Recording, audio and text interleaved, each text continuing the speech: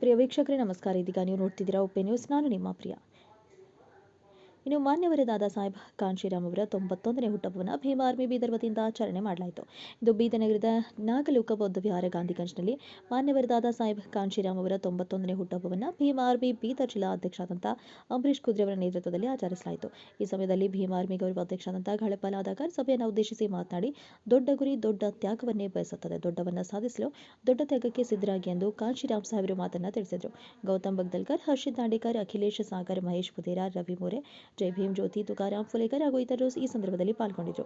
ಗಾಳೆಪಾಲ್ ಆಧಾಕರ್ ಜಿಲ್ಲಾ ಗೌರವ ಅಧ್ಯಕ್ಷರು ಭೀಮ್ ಆರ್ಮಿ ಬೀದರ್ ಅವರು ತಿಳಿಸಿದರು. ಇದಾಗಿತ್ತು ಹೊತ್ತಿನ ವಿಶೇಷ. ಇನ್ನಿತರ ಸುದ್ದಿಗಳಿಗಾಗಿ ನೋಡ್ತಾ ಇರಿ ಉಪೆ ನ್ಯೂಸ್.